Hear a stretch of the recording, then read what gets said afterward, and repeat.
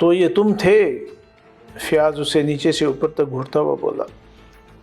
میں تھا نہیں بلکہ ہوں۔ تو ہے کہ ابھی 2-4 دن زندہ رہوں گا۔ وہاں سے کیا نکالا تم نے؟ چوٹ ہو گئی پیارے، عمران بھرائی ہوئی آواز میں بولا۔ وہ مجھ سے پہلے ہی ہاتھ صاف کر گئے۔ میں نے تو بعد میں ذرا اس خفیہ خانے کے میکانزم پر غور کرنا چاہا تھا کہ ایک جھٹکے کو ہاتھ لگاتے ہی قبر تڑک گئی۔ لیکن وہاں تھا کیا؟ وہ بقیہ کاغذات جو اس چرمی ہینڈ بیگ میں نہیں تھے۔ کیا؟ ارے او احمد، پہلے کیوں نہیں بتایا تھا؟ فیاض اپنی پیشانی پر ہاتھ مار کر بولا۔ لیکن وہ اندر گھسے کس طرح؟ آؤ دکھاؤں، عمران ایک طرف بڑھتا ہوا بولا۔ وہ فیاض کو عمارت کے مغربی گوشے کی سمت لایا۔ یہاں دیوار سے ملی ہوئی قد آدم جھاڑیاں تھیں۔ عمران نے جھاڑیاں ہٹا کر ٹارچ روشن کی اور فیاض کا منہ حیرت سے کھلا رہ گیا۔ دیوار میں اتنی بڑی نقب تھی کہ ایک آدمی بیٹھ کر بآسانی اس سے گزر سکتا تھا۔ یہ تو بہت برا ہوا، فیاض بڑبڑایا۔ اور وہ پہنچا ہوا فقیر کہاں ہے؟ عمران نے پوچھا۔ وہ بھی نکل گیا۔ لیکن تم کس طرح اندر پہنچے تھے؟ اسی راستے سے۔ آج ہی مجھے ان جھاڑیوں کا خیال آیا تھا۔ اب کیا کرو گے بقیہ کاغذات کا؟ فیاض نے بے بسی سے کہا۔ بقیہ کاغذات بھی انہیں واپس کر دوں گا۔ بھلا آدھے کاغذات کس کام کے؟ جس کے پاس بھی رہیں پورے رہیں۔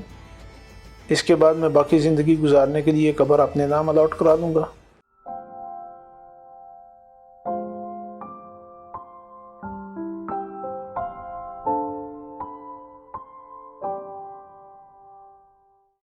عمران کے کمرے میں فون کی گھنٹی بڑی دیر سے بج رہی تھی۔ وہ قریب ہی بیٹھا ہوا کوئی کتاب پڑھ رہا تھا۔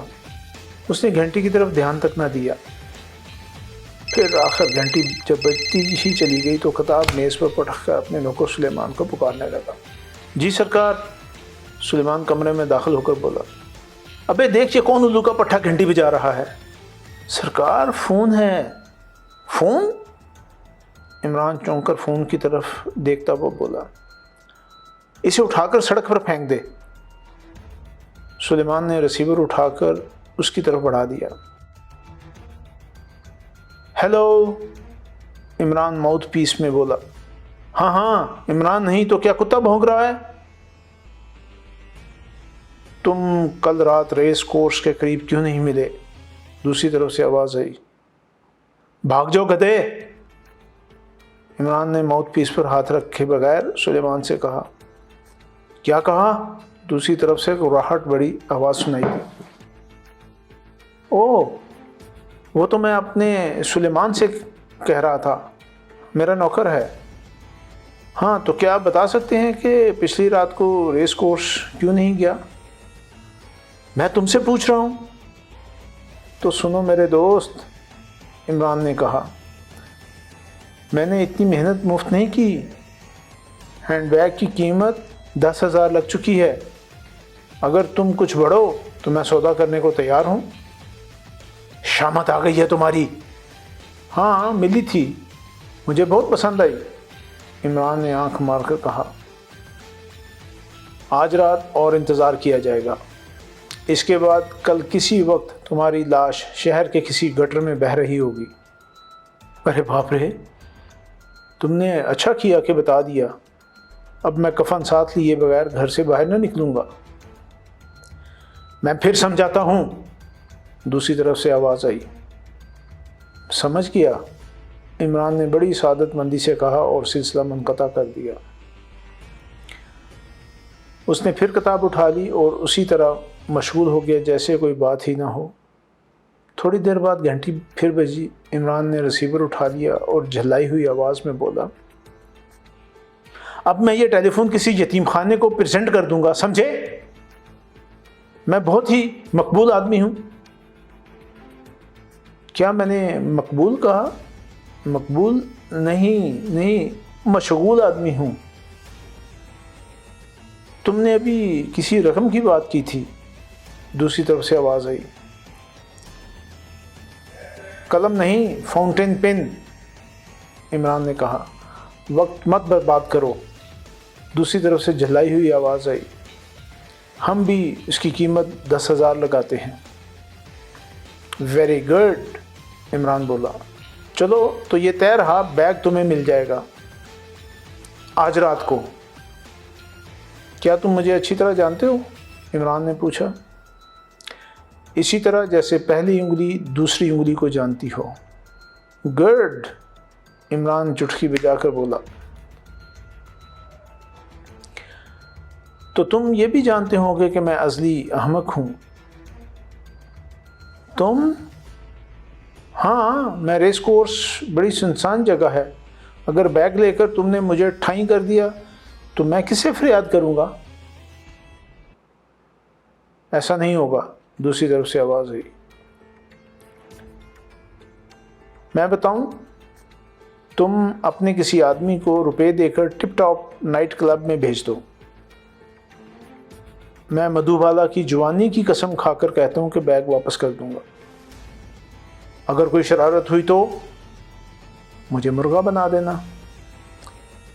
اچھا، لیکن یہ یاد رہے کہ تم وہاں بھی ریوالور کی نال پر ہوگے۔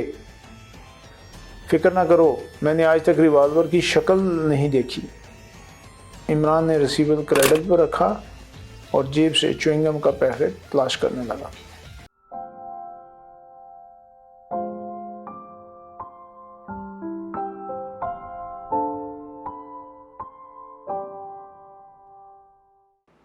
ٹھیک 8 بجے کے قریب عمران اپنی بغل میں ایک چرمی ہینڈ بیگ دبائے ٹپ ٹاپ نائٹ کلب پہنچ گیا۔ قریب ساری میزیں بھری ہوئی تھیں۔ عمران نے بار کے قریب کھڑے ہو کر مجمع کا جائزہ لیا۔ آخر اس کی نظریں ایک میز پر رک گئیں جہاں لیڈی جہانگیر ایک نوجوان عورت کے ساتھ بیٹھی زرد رنگ کی شراب پی رہی تھی۔ عمران آہستہ آہستہ چلتا ہوا میز کے قریب پہنچ گیا۔ آہا مائی لیڈی، وہ قدرے جھک کر بولا۔ لیڈی جہانگیر نے داہنی بھون چڑھا کر اسے تیکھی نظروں سے دیکھا اور پھر مسکرانے لگی۔ ہیلو عمران، وہ اپنا داہنا ہاتھ اٹھا کر بولی۔ تمہارے ساتھ وقت بڑا اچھا گزرتا ہے۔ یہ ہے مس تسنیم خان بہادر ظفر تسنیم کی صاحبزادی، اور یہ ہے علی عمران، MSc PhD۔ عمران نے احمقوں کی طرح کہا۔ بڑی خوشی ہوئی آپ سے مل کر، تسنیم بولی۔ لہجہ بیوقوف بنانے کا سا تھا۔ مجھے افسوس ہوا۔ کیوں؟ لیڈی جہانگیر نے حیرت زدہ آواز سے کہا۔ میں سمجھتا تھا کہ شاید ان کا نام گلفام ہوگا۔ کیا بےہودگی ہے، لیڈی جہانگیر جھنجھلا گئی۔ سچ کہتا ہوں، مجھے کچھ ایسا ہی معلوم ہوا تھا۔ تسنیم ان کے لیے قطعی موضوع نہیں۔ یہ تو کسی ایسی لڑکی کا نام ہو سکتا ہے جو تپ دق میں مبتلا ہو۔ تسنیم، بس نام کی طرح کمر جھکی ہوئی۔ تم شاید نشے میں ہو، لیڈی جہانگیر نے بات بنائی۔ لو اور پیو۔ فالودہ ہے؟ عمران نے پوچھا۔ ڈیئر تسنیم، لیڈی جہانگیر جلدی سے بولی، تم ان کی باتوں کا برا مت ماننا، یہ بہت پرمذاق آدمی ہیں۔ او عمران، بیٹھو نا۔ برا ماننے کی کیا بات ہے؟ عمران نے ٹھنڈی سانس لے کر کہا۔ میں انہیں گلفام کے نام سے یاد رکھوں گا۔ تسنیم بری طرح جھینک رہی تھی اور شاید اب اسے اپنے رویے پر افسوس بھی تھا۔ اچھا میں چلی، تسنیم اٹھتی ہوئی بولی۔ میں خود چلا، عمران نے اٹھنے کا ارادہ کرتے ہوئے کہا۔ مائی ڈیئرز، تم دونوں بیٹھو، لیڈی جہانگیر دونوں کے ہاتھ پکڑ کر جھومتی ہوئی بولی۔ نہیں، مجھے ایک ضروری کام یاد آ گیا ہے، تسنیم نے آہستہ سے اپنا ہاتھ چھڑاتے ہوئے کہا اور وہاں سے چلی گئی۔ اور میں، عمران سینے پر ہاتھ رکھ کر بولا، تم پر 1000 کام قربان کر سکتا ہوں۔ بکو مت، جھوٹے، تم مجھے خام خواہ غصہ دلاتے ہو۔ میں تمہیں پوچھتا ہوں سویٹی، مگر اس بڈھے کی زندگی میں تم پھر میرا مذاق اڑانے لگے۔ نہیں ڈیئرسٹ، میں تیرا چاند، تو میری چاندنی، نہیں دل کا لگا۔ بس بعض اوقات تم بہت زیادہ چیپ ہو جاتے ہو۔ آئی ایم سوری، عمران نے کہا اور اس کی نظریں قریب ہی کی ایک میز کی طرف اٹھ گئیں۔ یہاں ایک جانی پہچانی شکل کا آدمی اسے گھور رہا تھا۔ عمران نے ہینڈ بیگ میز پر سے اٹھا کر بغل میں دبا لیا۔ پھر دفعتاً سامنے بیٹھا ہوا آدمی اسے آنکھ مار کر مسکرانے لگا۔ جواب میں عمران نے باری باری اسے دونوں آنکھیں مار دیں۔ لیڈی جہانگیر اپنے گلاس کی طرف دیکھ رہی تھی اور شاید اس کے ذہن میں کوئی انتہائی رومان انگیز جملہ کلبلا رہا تھا۔ میں ابھی آیا، عمران نے لیڈی جہانگیر سے کہا اور اس آدمی کی میز پر چلا گیا۔ لائے ہو؟ اس نے آہستہ سے کہا۔ یہ کیا رہا؟ عمران نے ہینڈ بیگ کی طرف اشارہ کیا، پھر بولا، تم لائے ہو؟ ہاں ہاں، اس آدمی نے لائے ہوئے ہینڈ بیگ پر ہاتھ رکھتے ہوئے کہا۔ تو ٹھیک ہے، عمران نے کہا، اسے سنبھالو اور چپ چاپ کھسک جاؤ۔ کیوں؟ وہ اسے گھورتا ہوا بولا۔ کپتان فیاض کو مجھ پر شبہ ہو گیا ہے، ہو سکتا ہے کہ اس نے کچھ آدمی میری نگرانی کے لیے مقرر کر دیے ہوں۔ کوئی چال؟ ہرگز نہیں، آج کل مجھے روپوں کی سخت ضرورت ہے۔ اگر کوئی چال ہوئی تو تم بچو گے نہیں۔ آدمی ہینڈ بیگ لے کر کھڑا ہو گیا۔ یار، روپے میں نے اپنا مقبرہ تعمیر کرانے کے لیے نہیں حاصل کیے، عمران نے آہستہ سے کہا۔ پھر وہ اس آدمی کو باہر جاتے دیکھتا رہا۔ اس کے ہونٹوں پر شرارت آمیز مسکراہٹ تھی۔ وہ اس آدمی کا دیا ہوا ہینڈ بیگ سنبھالتا ہوا پھر لیڈی جہانگیر کے پاس آ بیٹھا۔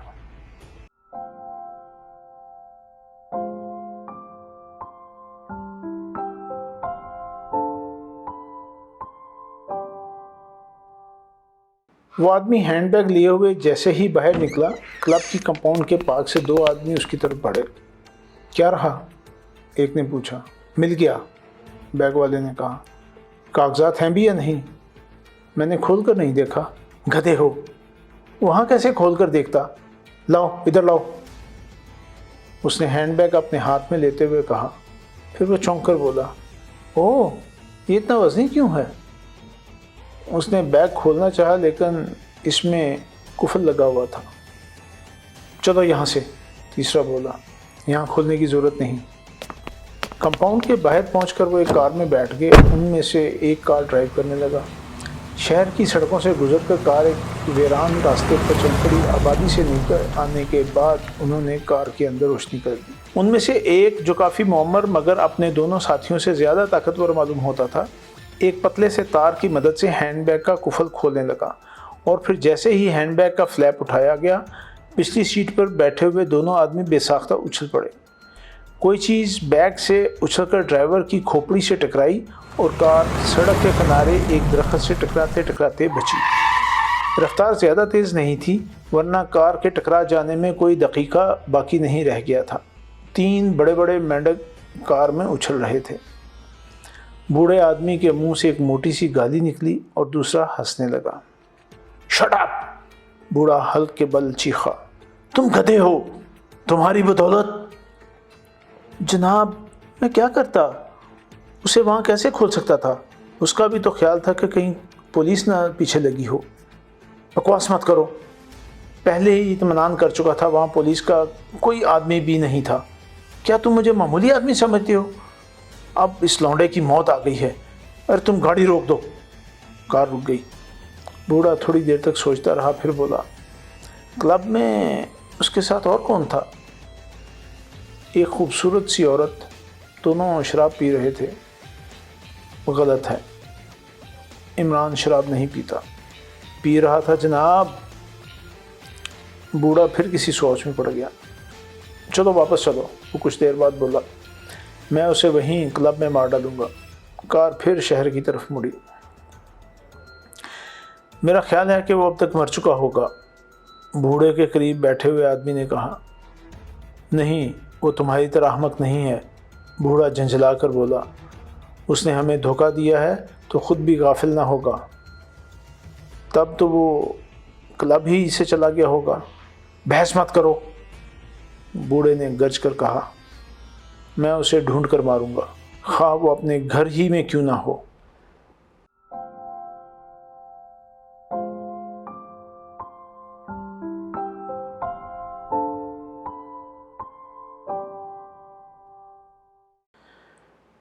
عمران چند لمحے بیٹھا رہا، پھر اٹھ کر تیزی سے وہ بھی باہر نکلا اور اس نے کمپاؤنڈ کے باہر ایک کار کے سٹارٹ ہونے کی آواز سنی۔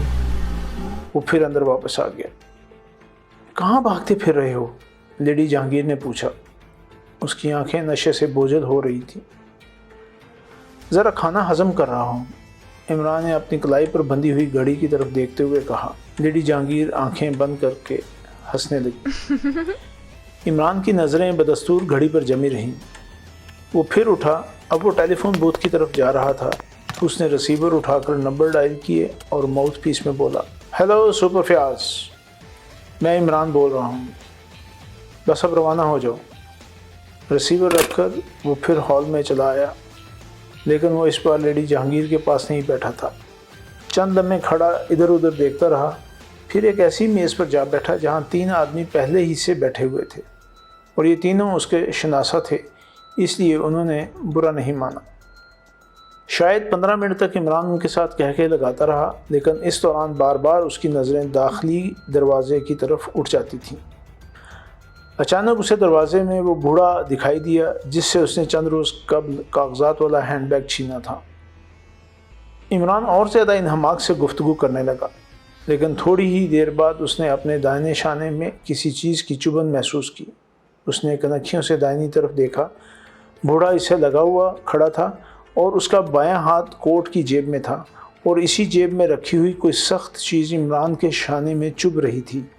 عمران کو یہ سمجھنے میں دشواری نہ ہوئی کہ وہ ریوالور کی نالی ہی ہو سکتی ہے۔ عمران صاحب، بوڑھا بڑی خوش اخلاقی سے بولا، کیا آپ چند منٹ کے لیے باہر تشریف لے چلیں گے؟ آہا چچا جان، عمران چہک کر بولا، ضرور ضرور، مگر مجھے آپ سے شکایت ہے، اس لیے آپ کو بھی کوئی شکایت نہ ہونی چاہیے۔ آپ چلیے تو، بوڑھے نے مسکرا کر کہا۔ مجھے اس گدھے کی حرکت پر افسوس ہے۔ عمران کھڑا ہو گیا، لیکن اب ریوالور کی نال اس کے پہلو میں چبھ رہی تھی۔ وہ دونوں باہر آئے، پھر جیسے ہی وہ پارک میں پہنچے، بوڑھے کے دونوں ساتھی بھی پہنچ گئے۔ کاغذات کہاں ہیں؟ بوڑھے نے عمران کا کالر پکڑ کر جھنجھوڑتے ہوئے کہا۔ پارک میں سناٹا تھا۔ دفتن عمران نے بوڑھے کا بایاں ہاتھ پکڑ کر تھوڑی کے نیچے ایک زوردار گھونسا رسید کیا۔ بوڑھے کا ریوالور عمران کے ہاتھ میں تھا اور بوڑھا لڑکھڑا کر گرنے ہی والا تھا کہ اس کے ساتھیوں نے اسے سنبھال لیا۔ میں کہتا ہوں وہ 10,000 کہاں ہیں؟ عمران نے چیخ کر کہا۔ اچانک مہندی کی باڑ کے پیچھے سے 8-10 آدمی اچھل کر ان تینوں پر آ پڑے اور پھر ایک خطرناک جدوجہد کا آغاز ہو گیا۔ وہ تینوں بڑی بے جگری سے لڑ رہے تھے۔ سپر فیاض، عمران نے چیخ کر کہا، داڑھی والا! لیکن داڑھی والا اچھل کر بھاگا۔ وہ مہندی کی باڑ پھلانگنے ہی والا تھا کہ عمران کے ریوالور سے شعلہ نکلا، گولی ٹانگ میں لگی اور بوڑھا مہندی کی باڑ میں پھنس کر رہ گیا۔ ارے باپ رے! عمران ریوالور پھینک کر اپنا منہ پیٹنے لگا۔ وہ دونوں پکڑے جا چکے تھے۔ فیاض زخمی بوڑھے کی طرف جھپٹا جو اب بھی بھاگ نکلنے کے لیے جدوجہد کر رہا تھا۔ فیاض نے ٹانگ پکڑ کر مہندی کی باڑ سے گھسیٹ لیا۔ یہ کون ہے؟ فیاض نے اس کے چہرے پر روشنی ڈالی۔ فائر کی آواز سن کر پارک میں بہت سے لوگ اکٹھے ہو گئے تھے۔ بوڑھا بے ہوش نہیں ہوا تھا، وہ کسی زخمی سانپ کی طرح بل کھا رہا تھا۔ عمران نے جھک کر اس کی مصنوعی داڑھی نوچ ڈالی۔ ہیں؟ فیاض تقریباً چیخ پڑا، سر جہانگیر! سر جہانگیر نے پھر اٹھ کر بھاگنے کی کوشش کی، لیکن عمران کی ٹھوکر نے اسے باز رکھا۔ ہاں سر جہانگیر، عمران بڑبڑایا، ایک غیر ملک کا جاسوس، قوم فروش، غدار۔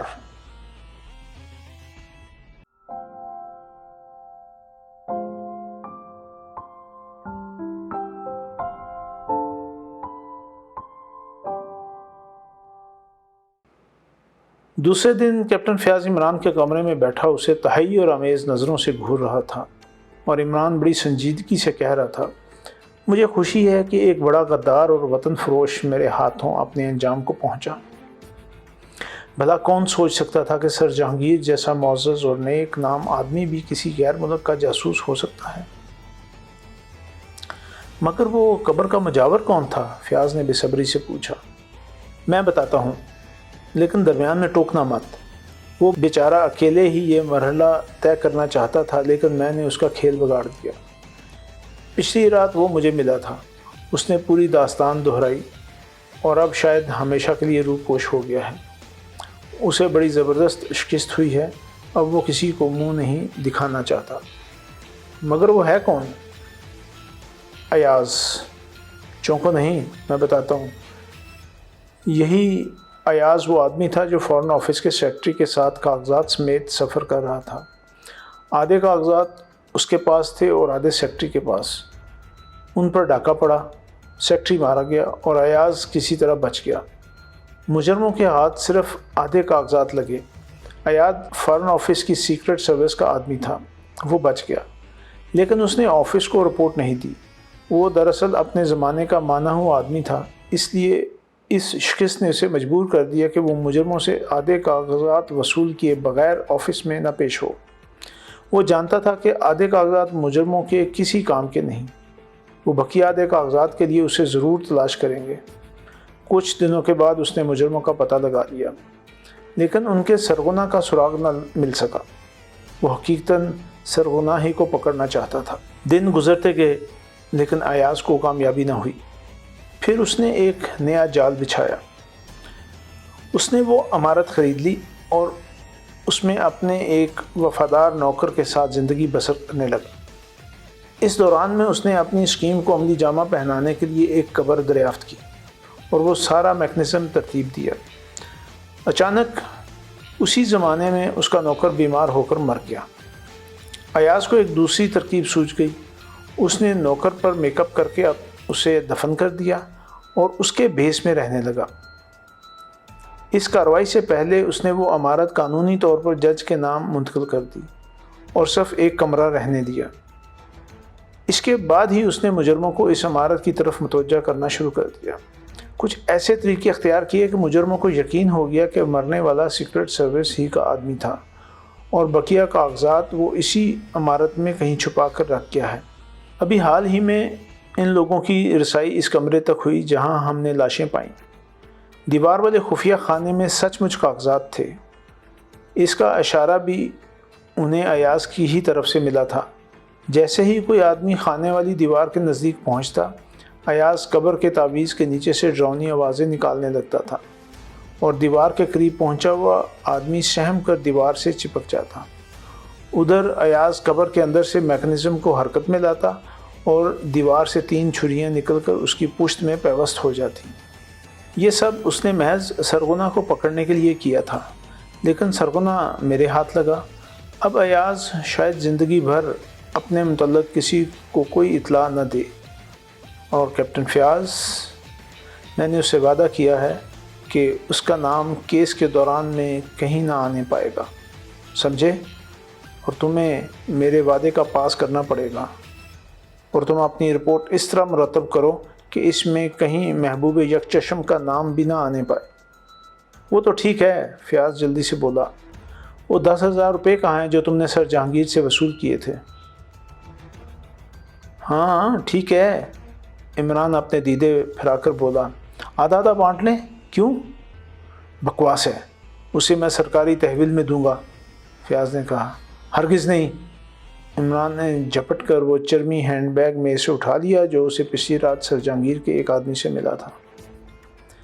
فیاض نے اسے ہینڈ بیگ چھین لیا اور پھر وہ اسے کھولنے لگا۔ خبردار، ہوشیار! عمران نے چوکیداروں کی طرح ہانک لگائی، لیکن فیاض ہینڈ بیگ کھول چکا تھا۔ ارے باپ کہہ کر اس نے جو چھلانگ لگائی تو ایک صوفے پر ہی جا کر پناہ لی۔ ہینڈ بیگ سے ایک سیاہ رنگ کا سانپ نکل کر فرش پر رینگ رہا تھا۔ ارے خدا تجھے غارت کرے عمران کے بچے، کمینے! فیاض صوفے پر کھڑا ہو کر دھاڑا۔ سانپ پھن کاٹ کر صوفے کی طرف لپکا۔ فیاض نے چیخ مار کر دوسری کرسی پر چھلانگ لگائی۔ کرسی الٹ گئی اور وہ منہ کے بل فرش پر گرا۔ اس بار اگر عمران نے پھرتی سے اپنے جوتے کی ایڑی سانپ کے سر پر نہ رکھ دی ہوتی تو اس نے فیاض کو ڈھس ہی لیا ہوتا۔